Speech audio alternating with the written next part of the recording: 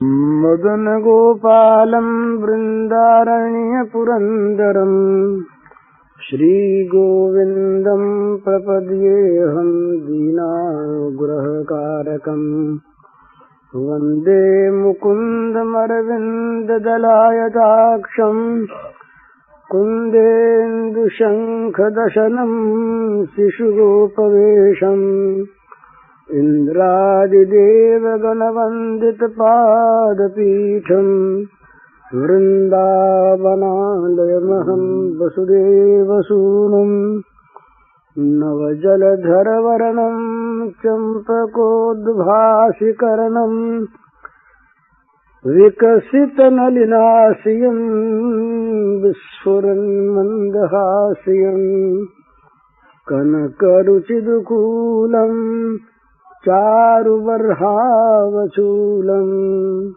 कमपि निखिलसारं नौमि गोपीकुमारम् वंशीविभूषितकरान्नवनीरदाभात् पीताम्बरादरुणबिम्बफलाधरोष्ठात् पूर्णेन्दुसुन्दरमुखादरविन्दनेत्रात् कृष्णात् परं किमपि तत्त्वमहं न जाने। अपनी चल रहा है विषय हो ही राम को। ये आत्मनिवेदन भक्ति जो है ना, उसका स्वरूप है। अपने आप को भगवान के समर्पण करके भगवान का बन जाना, और भगवान का बन जाने के पश्चात उसके द्वारा जितने कर्म होते हैं वे सब के सब कर्म भगवान के होते हैं। मनुष्य जब तक विषयों के लिए लालायित रहता है तब तक उसके विषयासक्ति रहती है, विषय कामना रहती है, और जब वो भगवान का बन जाता है तो स्वाभाविक भगवान का काम उसका काम बन जाता है।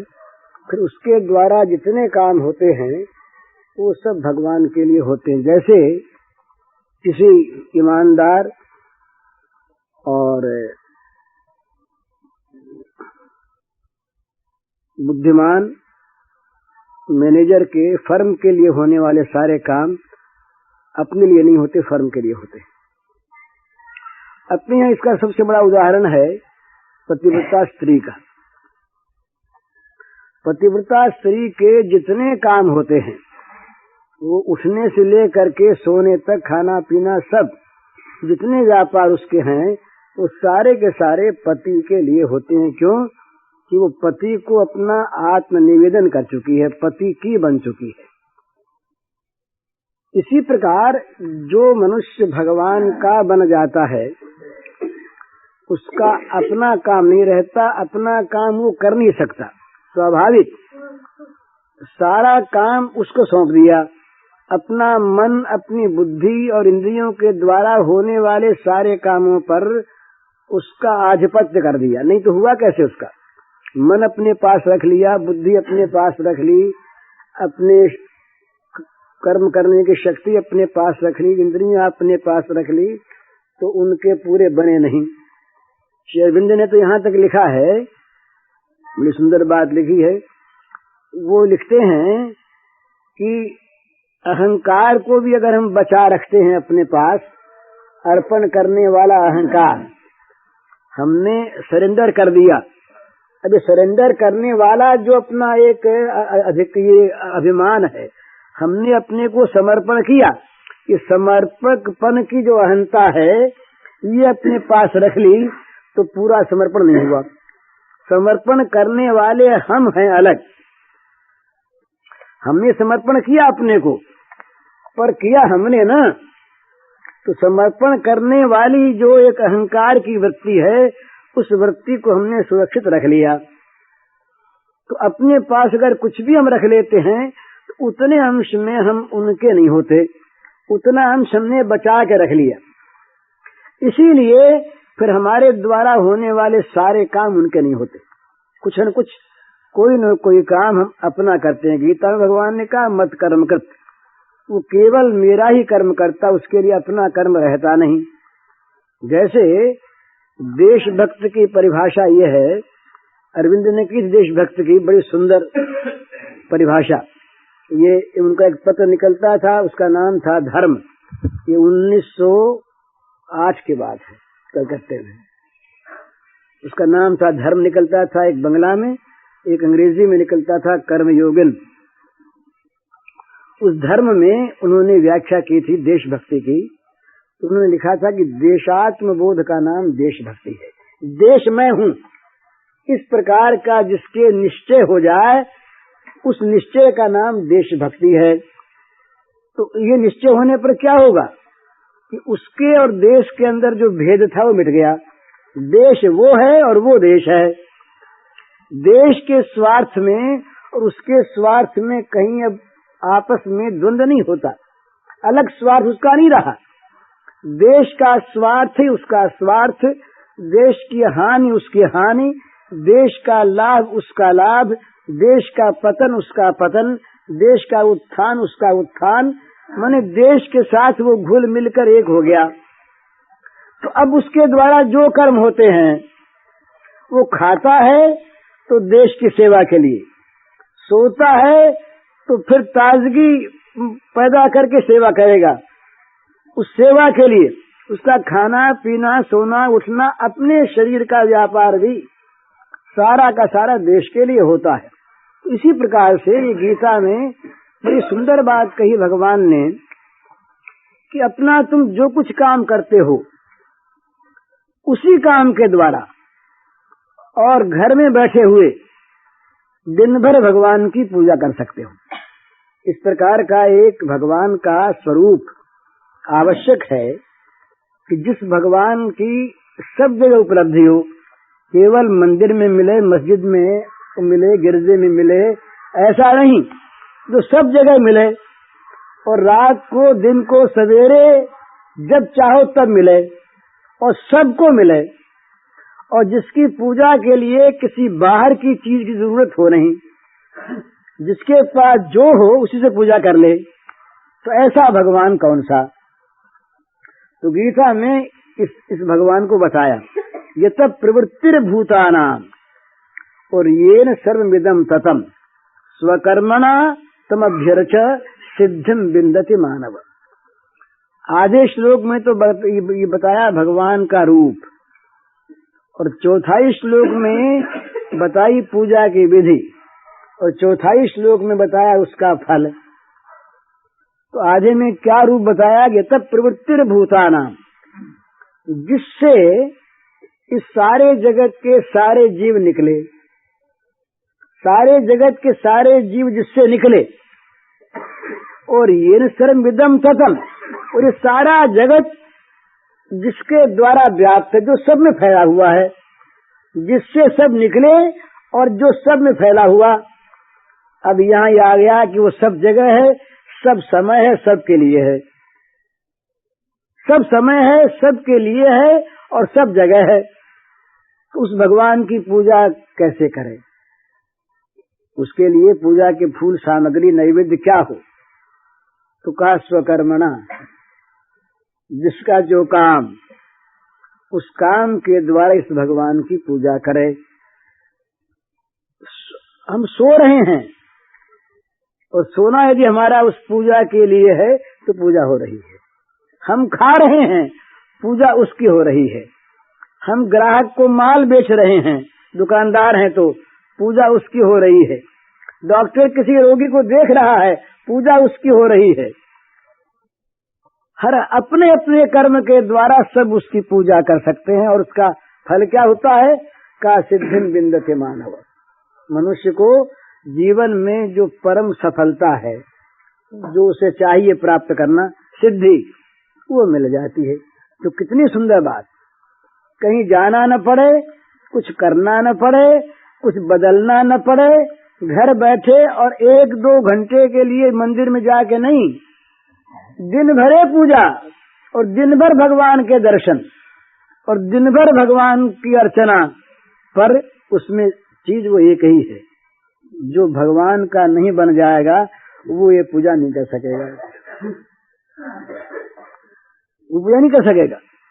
वो तो फिर कहीं अपने लिए करेगा, कहीं दूसरे के लिए करेगा, कहीं क्रोध के लिए, कहीं काम के लिए, कहीं लोभ के लिए, कहीं मान के लिए, कहीं अपनी कीर्ति के लिए, कहीं धन के लिए, कहीं बैर पालने के लिए ही उसकी जो क्रियाएं होंगी वो दूसरों के लिए होगी, भगवान के लिए नहीं होगी।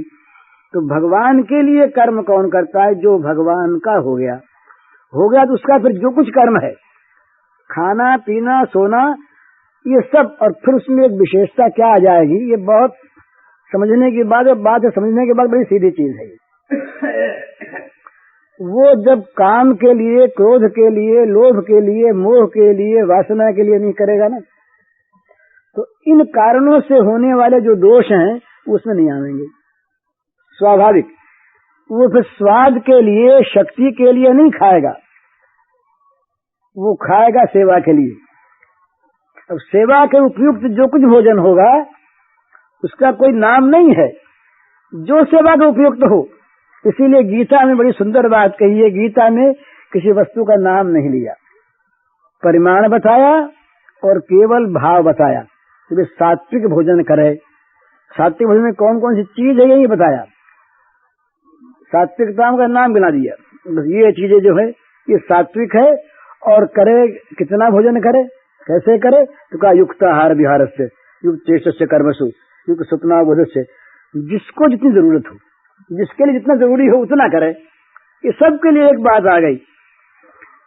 तो वो फिर भोजन करेगा, कपड़े पहनेगा, कपड़े वो शौकीनी के लिए नहीं पहनेगा। कल जो अपने बात हुई थी ना, एक आदमी शौकीनी के लिए दूसरों को अपना सौंदर्य दिखाने के लिए कपड़ा पहनता है, वो भगवान की पूजा नहीं करता उन कपड़े पहन करके। वो तो किसी न किसी के मन को अपनी तरफ खींचना चाहता है।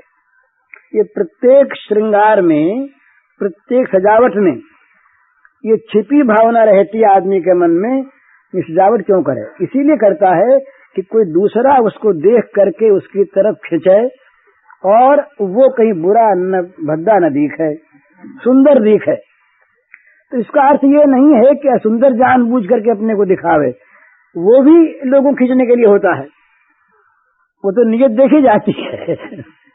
पागल बन जाए एक आदमी, लोग इकट्ठे हो जाए, बकने लगे लोग इकट्ठे हो जाए, टाट पहन के बैठ जाए लोग इकट्ठे हो जाए, तो ये नहीं, असल में नियत देखी जाती है। लेकिन जहाँ जहाँ पर हम भगवान के लिए काम करते हैं वहाँ वहाँ पर नियत शुद्ध होती है। ये नहीं होता कि लोग हमको देख के हमको पूजें, हमारी बात को मान करके केवल, और हम ही को अपना गुरु मान लें, ऊंचा मान लें, हमारी तरफ खींच करके और हमें अमुक लाभ दे दें। लाभ माने केवल रुपयों का लाभ नहीं होता है। सबसे बड़ा मनुष्य जो है वो क्या लेता है, वो दूसरों के मन ले लेता है।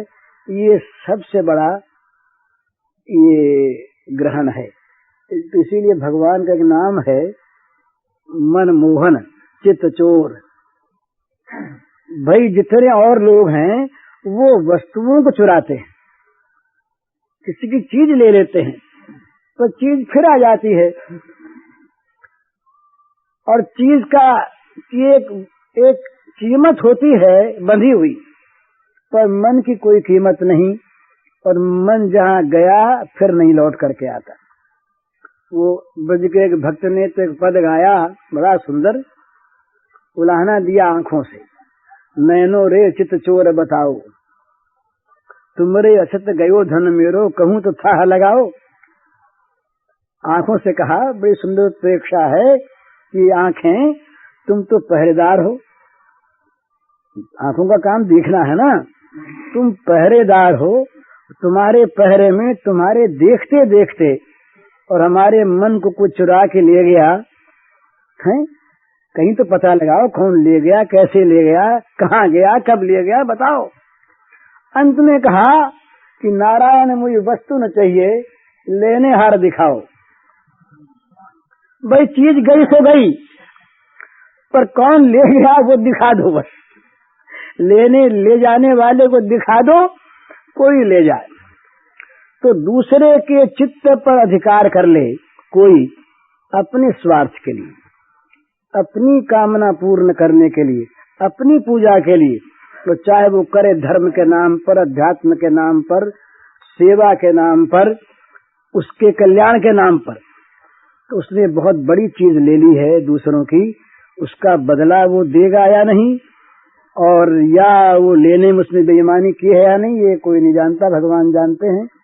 लेकिन यहाँ यदि वो इसलिए साधु बनता है, भक्त बनता है, ज्ञानी बनता है, बोलता है, कीर्तन करता है, नाचता है और महात्मापन की बात करता है, इसलिए अगर करता है तो वो भगवान की पूजा नहीं करता। भगवान का उपदेश करता हुआ भी, भगवान का उपदेश करता हुआ भी भगवान की पूजा वो नहीं करता। वो अपनी कामना की पूर्ति के लिए वो एक साधन कर रहा है, पूजा नहीं करता।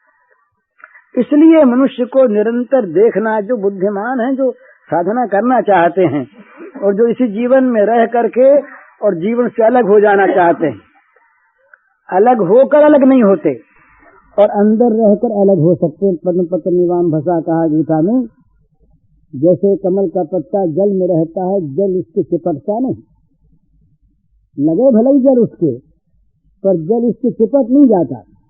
इसी प्रकार कि भगवान का हो जाए तो फिर उसके जगत चिपटता नहीं, जगत नहीं चिपटता, वो भगवान का हो गया। भगवान का होने के बाद उसके लिए जो कर्म होंगे वो सारे कर्म भगवान की पूजा, और भगवान की पूजा का अर्थ यही है कि सारे जगत के हित के लिए उसके द्वारा कर्म होंगे। किसी का बुरा उसके द्वारा वैसे नहीं हो सकता जैसे अमृत के द्वारा कोई मर नहीं सकता। ये तिलक महाराज ने ये गीता रहस्य में इस बात को खोला है कि संत वही है वास्तविक, कि जिस संत की क्रिया से किसी का अहित नहीं होता वो संत है, और जो अपनी क्रिया से, चेष्टा से किसी दूसरे का बुरा कर देता है वो संत नहीं है। उसके मन में कुछ और चीज थी, उस और चीज को लेकर उसने वो काम किया, जिसका फल उसके लिए, दूसरे के लिए बुरा हुआ तो उसके अपने लिए बुरा होगा ही, ये निश्चित बात है। ये कल अपनी बात हुई थी ना कि जो आदमी ये समझता है कि मैं दूसरे का बुरा करके अपना भला कर लूंगा, वो बहुत बड़े अंधकार में है।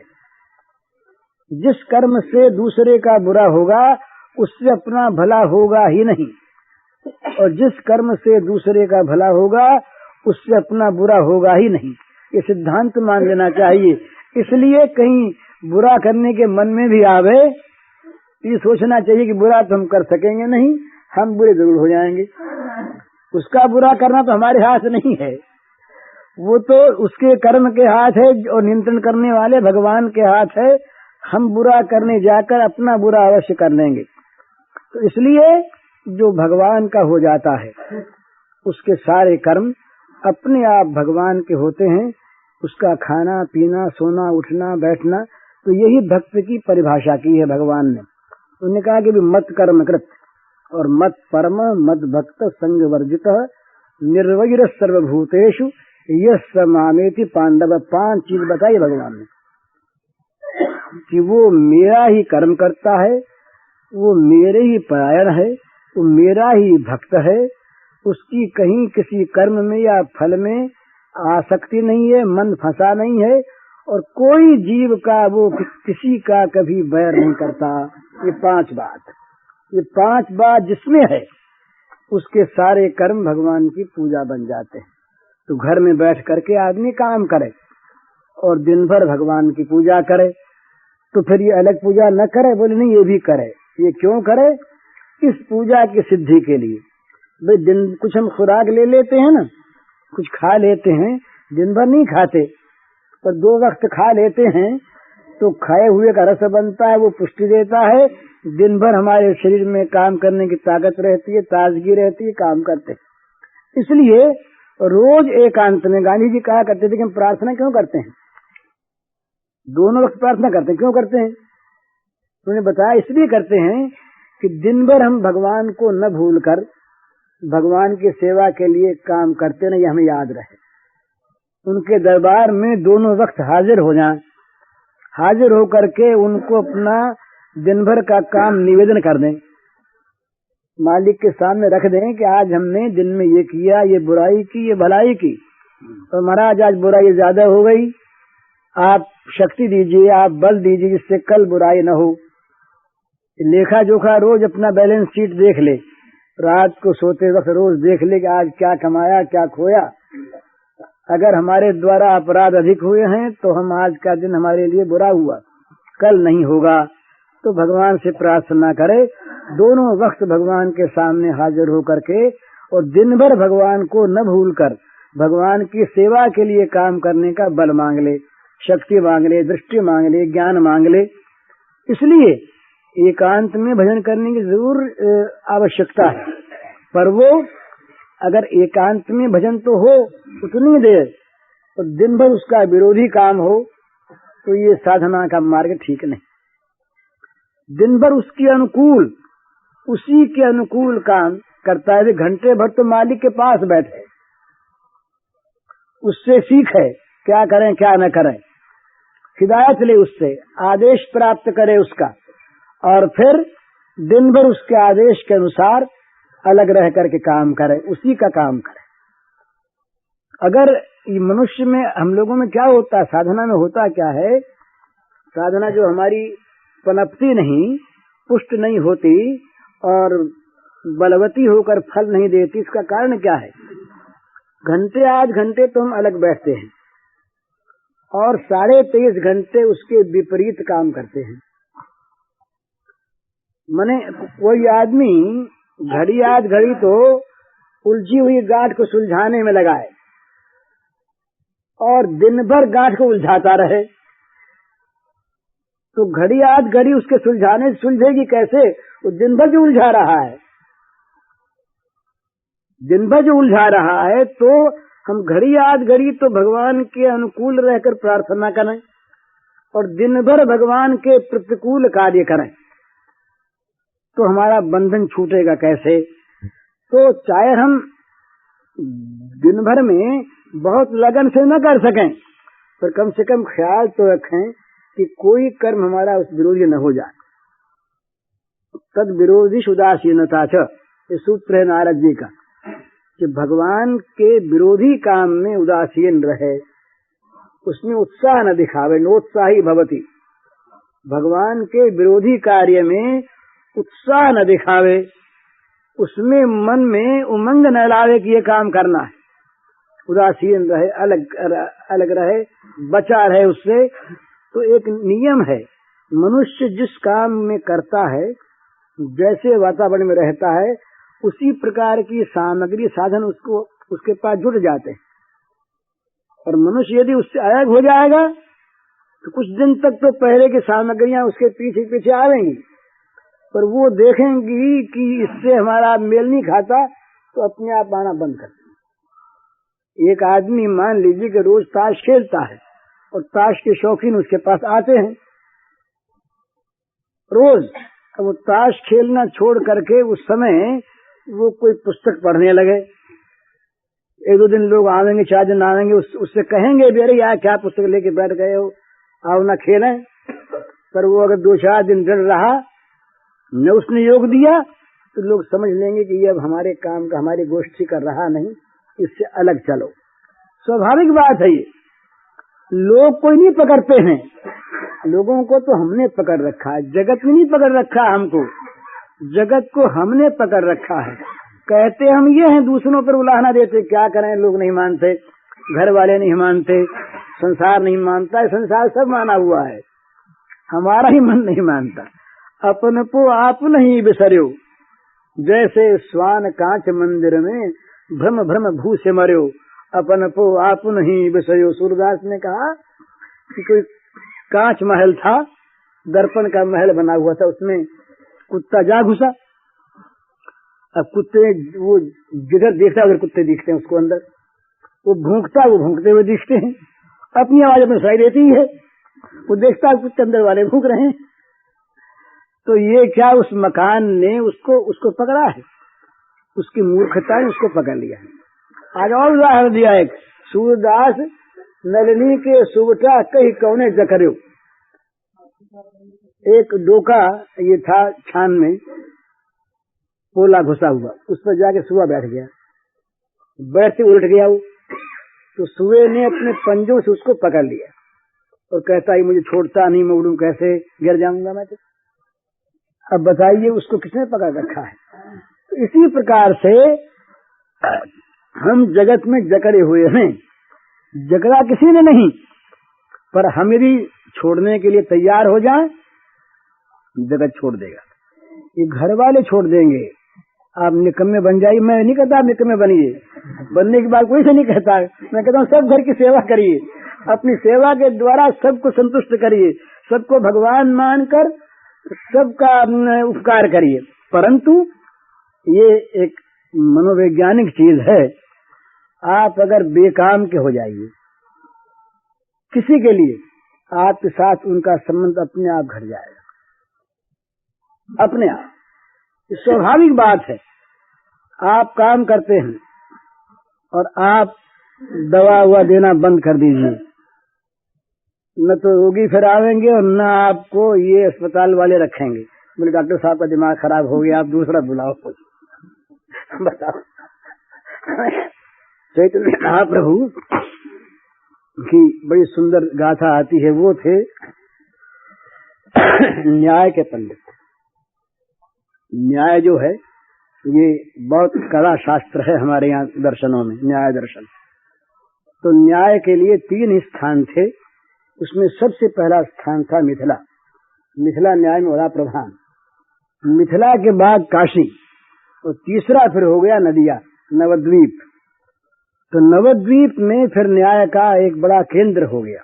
उस केंद्र में सबसे बड़े अध्यापक जो थे वो निमाई पंडित थे, ये चैतन्य, इनका नाम पहले निमाई था।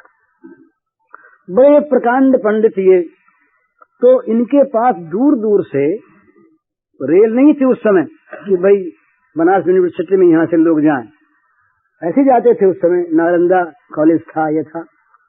तो इनके पास दूर दूर से सैकड़ों कोसों से विद्वान पढ़ने आते थे, विद्वान, बड़े बड़े विद्वान। ये गया जी गए, गया जी से लौटे तो ये पलट करके आ गए।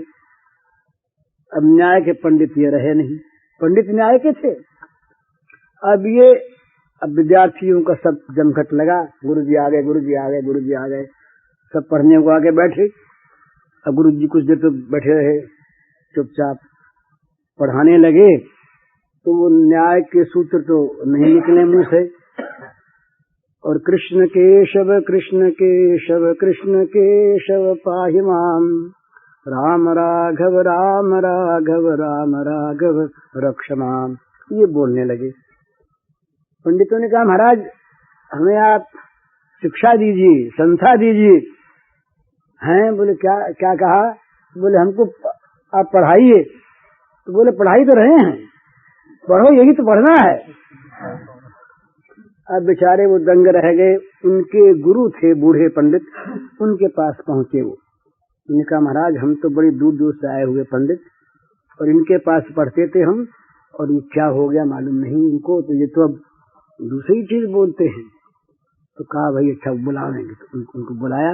गुरु में बड़ी श्रद्धा थी, प्रणाम किया, महाराज क्या आज्ञा है? बोले तुम ये क्या करते हो, तुम्हारे पास इतने लोग पढ़ने को आते हैं और तुम उनको नहीं पढ़ाते, क्या करते? बोले महाराज आज ध्यान रखूंगा। हाथ जोड़ करके आ गए, ध्यान भी रखा, पर ध्यान तो उनका चला गया, वो दूसरी जगत में आ पहुंचे। फिर वही चीज 3-4 दिन ये रहा, आखिर वो पंडित हार गए अपना। उन्होंने कहा दूसरे विद्यार्थी, दूसरे आचार्य को ढूंढो, अभियान ये रहे। तो जैसे ही आचार्य के बाद, इसी प्रकार से जगत में जब तक हम किसी के काम के हैं तब तक हम उसके प्रिय हैं, और प्रिय न बन के भी हमें तो काम का रहना चाहिए। इसका मतलब मैं नहीं कि ये नहीं कहता कि हम सबके लिए बेकाम हो जाएं। काम के रहिए सबके, अपने काम के मत रहिए। सबका काम करिए, अपना नहीं, और सबके काम को अपना काम मान लीजिए। तो ये बड़ी सुंदर बात है। लेकिन ये नियम यही है, ये मनोवैज्ञानिक तत्व है कि जगत में संबंध वहीं तक निकट का रहता है जहाँ तक उसके द्वारा हमें कुछ मिलता है। मिलना बंद हो जाए उसके बाद जो रहता है वो संतों का रहता है, प्रेमियों का रहता है, जगत के लोगों का नहीं रहता। वो अलग चीज है। फिर वो तो करते ही, वो न करने वाले का करते।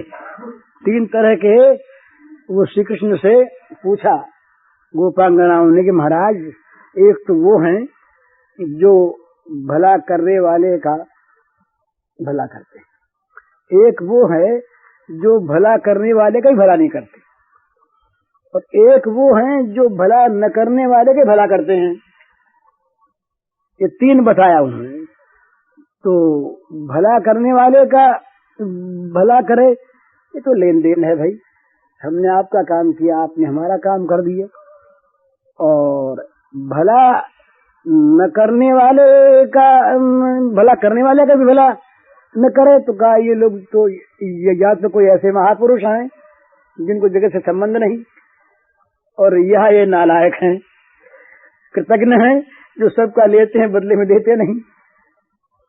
और भला न करने पर भी जो भला करें, ये प्रेमी है, स्नेही है, माता पिता हैं, घर के हैं, ये लोग भला न करने पर भी भला करते। तो श्री कृष्ण से कहा कि फिर आप कौन से इनमें? दूसरी बात बीच में आ गई। उन्होंने कहा कि हम इन तीनों में नहीं हैं। तो बोले तुम आप क्या है? बोले हम तुम्हारे कर्जदार हैं, हम बदले में भला कर नहीं सकते, इतना तुम हमारा भला करती हो कि तुम्हारा भला हम कर नहीं सकते, हम तो कर्जदार हैं भाई। तो ये मैं बीच में दूसरी बात आगे कह ये रहा था कि संसार में संबंध जो है ये काम को लेकर के रहता है। तो यदि आपके अंदर कोई बुरी चीज हमारे अंदर है और बुरी चीज को लेकर के बुरा संग हमको मिलता है, बुरा वातावरण मिलता है, हम अगर उस बुरी चीज को छोड़ दें तो धीरे धीरे बुरा संग दूर हो जाएगा, बुरा वातावरण मिट जाएगा। अगर हम जैसे हैं ऐसे लोग हमारे पास लगेंगे, फिर अपने आप हम जैसे होंगे वैसे ही वैसा समुदाय आने लगेगा। चोरों के पास चोर आते हैं, जुआरी के पास जुआरी आते हैं, संतों के पास संत आते हैं, महात्माओं के पास महात्मा आते हैं। ये नियम है। अपने आप आकर्षण होता सजातीय का। विजातीय को लोग नहीं चाहते, सजातीय को चाहते हैं, स्वाभाविक। आजकल नहीं चाहते, दूसरी चीज है। तो ये अगर हम बुराई को छोड़ करके, जगत को छोड़ करके भगवान के हो जाएं तो क्या होगा? जगत के जो लोग हैं उन लोगों का संग हमसे कम हो जाएगा, और जो त्यागी हैं, महात्मा हैं, जो जगत के न होकर भगवान के हैं, माने जगत से जो लेना चाहते हैं वो जगत के, और जगत को जो देना चाहते हैं वो जगत के नहीं हैं। उनको जगत ने नहीं बांध रखा है, वो तो जगत को देते हैं। इसलिए प्रेम करने में आपत्ति नहीं है, सेवा में आपत्ति नहीं है, मोह करने में आपत्ति है, ममता करने में आपत्ति है। तो जो भगवान का हो जाता है वो क्या करता है? वो फिर भगवान की सेवा करता। स्वकर्मणा तमभ्यर्च सिद्धिम बिंदति मानव। वो अपने प्रत्येक कर्म के द्वारा दिन भर उसके सामने जो आता है उसकी वो सेवा करता। भाव अपना अपना रहेगा, अलग अलग, और भावों में बड़ा भेद हो सकता है। एक आदमी का स्वभाव दूसरा, एक का स्वभाव दूसरा। हमें घटना याद है, ये सीआर दास थे ना, सुना ही होगा नाम आपने, चित्तरंजन दास, बंगाल के बड़े नेता। ये महाराज हमारा इनका बड़ा संग रहा। ये बड़े उदार थे, ऐसे उदार हमने बहुत कम लोग देखे हैं। इनको वो डुमराव केस में 4.5 लाख रुपए दिन मिले केस जीतने के बाद, और घर पहुंचे तो 1 पैसा पास नहीं। 4.5 लाख रुपए सब के सब पहले से चेक लिख रखे थे, सबके दे करके फिर घर पहुंच 1 पैसा नहीं। इतने बड़े उदार थे ये। तो एक बार गांधी जी ने इनसे कहा, गांधी जी ने कहा, वो बहुत ठीक कहा। गांधी जी ने कहा अपने दृष्टिकोण से, उन्होंने कहा अपने दृष्टिकोण अपना अलग अलग, दोनों ही अच्छे महापुरुष। गांधी जी ने कहा चित्तरंजन दास से कि दास बाबू, आपके तो जो आपका जो धन है ये व्यर्थ बहुत जाता है, आप ठीक समझ खर्च नहीं करते। तो चित्तरंजन दास ने उस बात पर ऐसा जवाब दिया हंस करके, उनने कहा कि बापू अगर आप खर्च करते मेरी जगह इस तरह से तो आप बरस जाता, पर मेरा तो एक एक पैसा भगवान की सेवा में लगता है। तो यही भेद है। उन्होंने कहा कि मैं तो एक एक पैसा ये सोच के देता हूँ कि भगवान के काम में लग रहा है, अब चाहे वो कुछ भी हो। तो ये दृष्टिकोण का भेद है, भाव में भेद नहीं है। वो भी सेवा करना चाहते, वो भी सेवा करना चाहते हैं।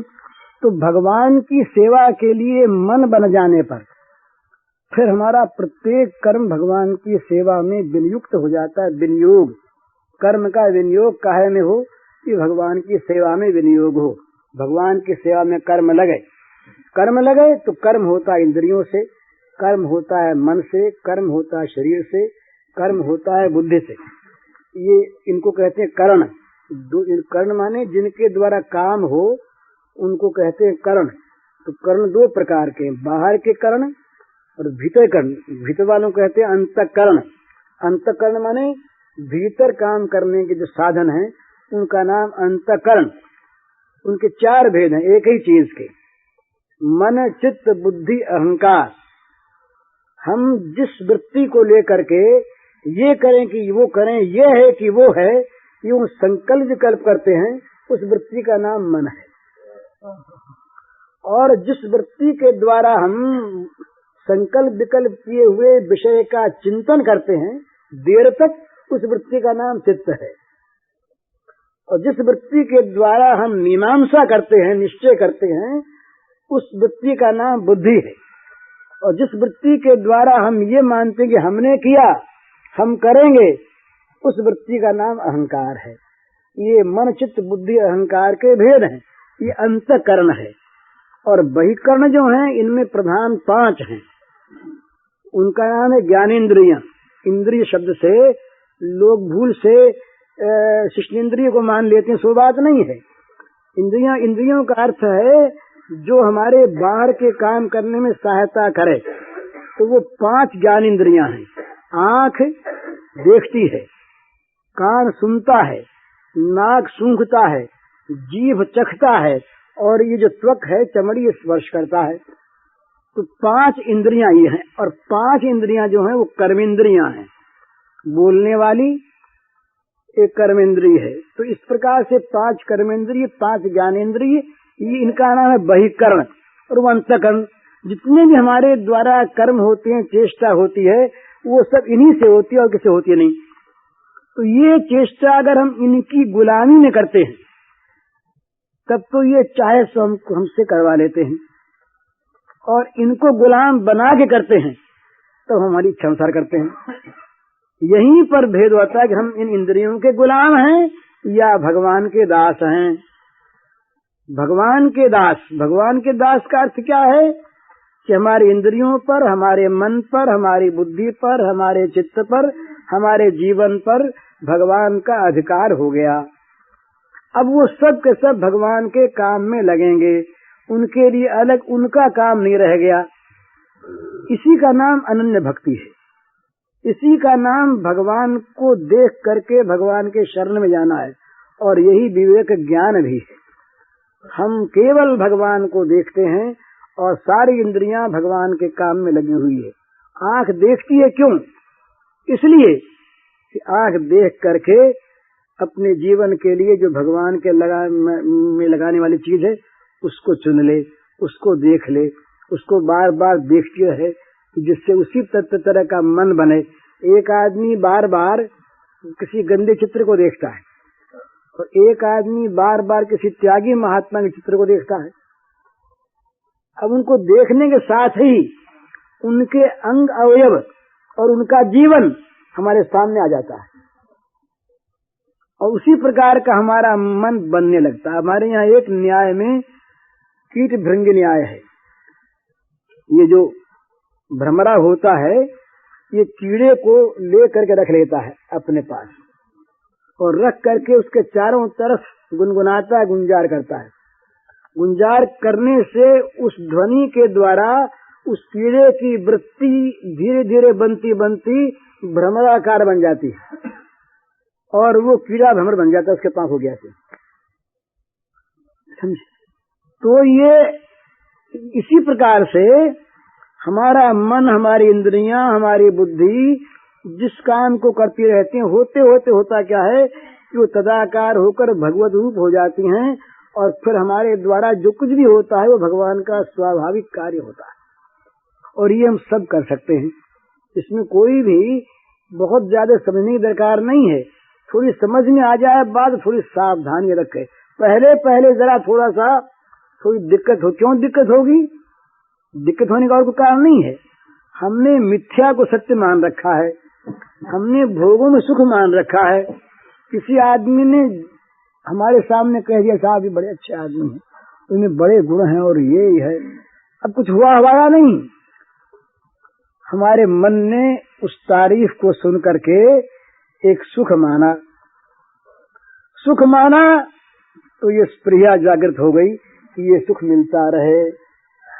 फिर इस सुख के लिए हमारी चेष्टा होगी, स्वाभाविक। इसीलिए कहा कि भाई ये इंद्रियों को सुख देने वाले जो शब्द हैं, इन शब्दों से बचो। जो सुख, जो इंद्रियों को, जो कान को संयम में करने वाला, पवित्र करने वाला शब्द है वो सुनो। अपनी बड़ाई मत सुनो, दूसरे की निंदा मत सुनो, भगवान की निंदा मत सुनो। इंद्रियों के भोगों को उत्तेजित करने वाले जो पदार्थ हैं उनकी बातें मत सुनो। इसमें अपना ही लाभ है, किसी पर एहसान नहीं। इसी प्रकार देखने की चीज, सूंघने की चीज, स्पर्श करने की चीज, ये बहुत जल्दी जरा से में मनुष्य के अंदर का पाप उभर जाता है, तो उसको दबाता रहे, उभरने न दे, निरंतर दबाता रहे। बाहरी क्रियाओं के द्वारा भी ऐसी क्रिया करे कि वो पास आ न सके। हरिदास महाराज थे, ये चैतन्य महाप्रभु के शिष्य, उनके नियम था, वो नियम इसीलिए कि दूसरे काम में लगेंगे, वो तो संसार को त्याग चुके थे। वो 3 लाख भगवान के नाम का जप करते थे रात दिन में, जोर जोर से बोल बोल करके। इतिहास है ये। तो एक बार एक गांव में गए, वहाँ एक थे तो हिंदू ही, वो रामचंद्र खान काजी थे, वो हिंदू थे पर आधे मुसलमान थे। तो उन्होंने उनको डिगाना चाहा, तो एक वेश्या को ठीक किया और वेश्या को रात को उनके पास भेजा। वेश्या गई, वो तो अपना नाम कीर्तन में लगे हुए। अब वो रात भर बेचारी बैठी रही वहां पर। उन्होंने उस तरफ एक बार देखा, फिर अपना नाम जपने लग गए। रात बीत गई, वो बैठी रही। अब सवेरे जब उठे तब बोले भाई हमको तो फुर्सत नहीं मिली, तो तुमसे कब बात करते, अब तो तुम जाओ। लौट गई बेचारी। फिर रात को आई तो यहाँ तो वही काम सामने, उसी काम में लगे हुए, दूसरे काम में नहीं। फिर रात भर बीती, वो कुछ तो उबी और कुछ उसका मन पलटा। रात भर 2 रात रही ना पवित्र वातावरण में, उसके मन पर संत के मिलन का असर हुआ, मन में पवित्र भाव आया। अपने कार्य पर कुछ ग्लानि हुई कि तुम क्या करने आई थी। फिर लौट गई। जब नहीं आई तो उस बुलाया रामचंद्र खान ने उसको कि भाई तुम 2 दिन तक गई, आज क्यों नहीं जाती? कहा वो तो मेरी ओर ताकता ही नहीं, मैं नहीं जाऊंगी। नहीं, आज फिर जाओ। तो वो आई उसके कहने से, लेकिन आज आई वो मन में बड़ी पवित्र भावना को लेकर। आते से दूर से हाथ जोड़ लिए बैठ गई। वहां तो वही काम। रात बीती, सवेरा हुआ तो वो फिर बोले भैया आज तो फिर हमको तो फुर्सत नहीं मिली, फुर्सत नहीं मिली। तो वो चरणों में गिर गई। बोले भाई आपको तो फुर्सत नहीं मिली, पर मुझे एक मन में ऐसी चीज मेरे मन में पैदा हुई कि जरूर आपके पास कोई ऐसी चीज है जिसके सामने मैं तुच्छ हूं, कुछ नहीं। इसीलिए आप उस चीज में इतने संलग्न हो रहे हैं तो वो चीज मुझे मिल जाए। तो उन्होंने कहा भाई 2 विरुद्ध चीज कैसे पास रहेगी? तुम भोगों में रची पची हो, तुम भोगों का संग्रह करती हो, तुम्हारे पास रुपए हैं, धन है। तो कहा फिर बताओ जो आप कहें सो मैं करूं। तो कहा धन लुटा दो सारा जा करके और फकीर बनने की इच्छा करके आ जाओ। सच्चा वो 3 दिन पास रही, सच्चा भाव हो गया, पलट गया मन, सब जाकर उठा दिया। आ गई तो उन्होंने कहा बस यही हम तो जाते हैं, बस अब तुम यहीं बैठो और ये लो माला और यही काम तुम करो। वो फिर महान संत हुई। तो ये इस प्रकार से हम जिस वातावरण में रहते हैं उस वातावरण में इतना बल आ जाता है कि वहाँ आने वाले पवित्र हो जाते हैं और हम पर कोई असर नहीं होता। हम पर असर नहीं होता, हम पर तभी तक असर होता है कि जब हमारे मन में दृढ़ता नहीं होती और कुछ पहले पहले थोड़ा सा डर सा रहता है। तो डर सा क्या क्या है, वो भोग में सुख बुद्धि है, यही डर है और कोई डर नहीं है। अच्छी बात सुना दी कान से, हमने अपनी तारीफ सुन ली, सुख बुद्धि हो गई। किसी ने हमारा सम्मान कर दिया, सुख बुद्धि हो गई। किसी ने हमको अच्छा खाने को दे दिया, सुख बुद्धि हो गई। ये इंद्रियों के जो पदार्थ हैं, इन पदार्थों की अनुकूलता में सुख बुद्धि होती है। तो इस सुख बुद्धि को लेकर हम इसमें क्या भ्रमित हो रहे हैं। तो 4 बात बताई शास्त्रकारों ने कि सुख बुद्धि का नाश करो भोगों में, प्रिय बुद्धि का नाश करो और सत्ता बुद्धि का नाश करो। तो क्या होगा कि इनमें फिर तुम्हारा वैराग्य हो जाएगा। कहीं सुख नहीं है, कहीं प्रेम नहीं है और कहीं इनकी सत्ता नहीं है। इस प्रकार से तो ये जब होगा, होने लगेगा, तब हम भगवान होने लगेंगे और भगवान के होने लगेंगे तो होने लगेगा। तो भगवान के बन जाओ, ये हो ही राम को। राम का जो होता है उसका अपना काम नहीं रहता। ये पहले आपके आने से पहले बात चली थी डॉक्टर साहब से कि भाई घर में रह करके अपना काम करके आदमी भगवान की पूजा कर सकता है। बिल्कुल ठीक।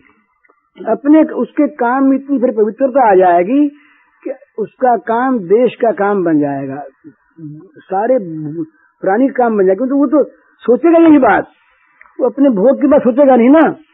वो सोचेगा कैसे किसी को सुख हो, कैसे किसी का हित हो, कैसे भगवान की पूजा हो, ये सोचेगा वो। तो उसकी बुद्धि यही काम करेगी, यही बुद्धि प्रेरणा देगी। इसी प्रकार की सामग्री उसके पास आवेगी, ऐसे लोग उसके आसपास आवेंगे, इसी प्रकार का उसके पास साहित्य आवेगा, इसी प्रकार का उसके पास लेख आवेगा, तो ऐसी भाषा आवेगी, बस चारों तरफ से सामान जुड़ जाएगा और वो सामान हट जाएगा जो पहले था।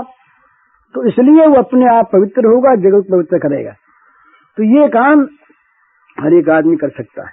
और ये भगवान की सच्ची असली पूजा ये है भला कि जो दिन भर होती रहे। भगवान ने अर्जुन से कहा कि तुम बस काम करो, काम करने मत चूको, पर आसक्ति को छोड़कर मेरे लिए करो। आसक्ति छोड़कर मेरे लिए करो। तदर्थम कर्म कौन्तेय मुक्त संग समाचर। समाचर, कर्म करने में कहीं भूल मत करो। कहीं नाटक का पात्र कहीं एक्टिंग करने में चूक जाए तो सारा खेल बिगड़ जाता है। एक्टिंग में चूके नहीं, पर एक्टिंग समझे उसको ये न समझे कि यहाँ मैं जिससे बोल रहा हूँ ये मेरा बेटा ही है, ये मेरी स्त्री ही है। ये नहीं, लोगों के सामने उसको स्त्री कहता है, बेटा कहता है, बाप कहता है, रोता भी है, हंसता भी है। तो ये सारा का सारा उसका एक्टिंग है। तो एक्टिंग में चूके नहीं, अपना माने नहीं। इसका नाम है मुक्त संग समाचार। आसक्ति कहीं है नहीं और खेल में चूकता नहीं। तो क्यों करता है वो खेल? खेल के लिए। खेल में निपुणता उसको इनाम मिलता है कि देखो इसका इतना अच्छा एक्टिंग हुआ, इसने लोगों को रुला दिया, हंसा दिया, बिल्कुल बोले नेचुरल सा हो गया, बिल्कुल ठीक हो गया, कहीं पर उसमें नकलीपन रहा ही नहीं, ऐसा असली हो गया। तो एक्टिंग तो ऐसा बने, ऐसा करे। लेकिन इसका नाम है समाचर। भली भांति सम्यक प्रकार से आचरण करो, कहीं चूको मत, परंतु मुक्त संग। आसक्ति कहीं मत रखो। तो करें क्यों? तदर्थम, उसके लिए, बस जहाँ उसके लिए होगा आसक्ति रहित होकर कर्म, वो भगवान की पूजा होगा। और प्रत्येक कर्म फिर भगवान की पूजा होगा, उसमें बंधन नहीं होगा। यही बताया, इसी श्लोक में बताया कि बंधन काहे से होता है। यज्ञार्थात कर्मणो न्यत्र लोकोयम कर्म बंधन। जो कर्म भगवान के लिए न होकर वासना कामना की पूर्ति के लिए होता है, उस कर्म से बंधन होता है। तो जो आदमी बंधन से मुक्त होना चाहे, स्वतंत्र होना चाहे, वो कामना वासना आसक्ति से मुक्त हो, कर्म से मुक्त नहीं हो नहीं सकता। कोई कर्म करते हुए भी कर्म नहीं करता और कर्म को छोड़कर कर्म करता है। बोले मैंने छोड़ दिया, ये अहंकार रूपी कर्म बन गया। तो आसक्ति वासना कामना को त्याग करना, ये बंधन से मुक्त होना। ममेति बंधनम लोके, कहा भाई दो अक्षर जो हैं ये बांधने वाले, मम मेरा, बंध गए और सारा तेरा ही तेरा। फिर क्या है? फिर तो कुछ नहीं। फिर तो उसकी चीज हम उसको दें, अपने क्या लगता है? उसकी चीज उसको दें, उसकी शक्ति से उसकी सेवा करें, उसके नाम से उसका यश गावें। हम उसके, हमारी शक्ति उसकी, हमारी बुद्धि उसकी, हमारी वस्तु उसकी, हमारी क्रिया उसकी, इंद्रियां उसकी, मन उसका, बुद्धि उसकी, जो कुछ वो कराता सो करते हैं। फिर बस मौज, फिर कोई बंधन नहीं। तो हो ही राम को, भगवान के हो करके हम भगवान का काम करें, इंद्रियों की गुलामी, मन की गुलामी, विषयों की गुलामी छोड़ दें, तो अपने आप हमारी प्रत्येक क्रिया जगत के हित के लिए होगी। और केवल साधु बन जाएं या केवल महात्मा कहलावें और मन हमारा रहे भोगों में। महात्मा बन के, साधु कहला के हम लोगों से भोग प्राप्त करना चाहें अनुकूल, भगवान के नाम पर करें। यहाँ ठगी ज्यादा चलती है, यहाँ ज्यादा ठगी चल सकती है।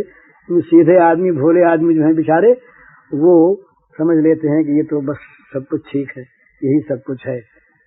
वहाँ श्रद्धा होती है ना, तो श्रद्धा का दुरुपयोग ये ऐसे लोग बहुत किया करते हैं। तो इसमें बड़ी बुरी चीज क्या है? मनुष्य, अच्छा आदमी भी जहाँ बड़ाई मिलती है, मान मिलता है ना, वहाँ उसे प्रिय लगता है। मैं तो अपनी बात कहता हूँ आपसे, मेरी कमजोरी जो है ना, मैं जानता हूँ, मेरी कमजोरियों को समझता हूँ मैं। कभी कभी, हमेशा तो नहीं सावधानी रहती, कभी कभी सावधानी आती कि भाई ये जो बड़ाई करते हैं, ये इनका शील है कि तेरा गुण है। किसी की कोई बड़ाई करता है, ये बहुत बहुत देखेंगे चीज है, तीन बात से बड़ाई करने वाला करता है। अगर आप मेरी तारीफ करते हैं तो आप में तीन में से एक बात होनी चाहिए। या तो आपकी आंख ऐसी है जिससे आपको दोष दिखते ही नहीं, या आपको दोष गुण दोनों दिखते हैं पर अपने लाभ के लिए, और आप केवल गुण की बात कहते, दोष की कहते नहीं, और या आप दोष की कहना भी चाहते हैं पर कौन लड़ाई मोल ले, इसलिए आप बच जाते हैं। तो ये तीनों आपके गुण रहे ना।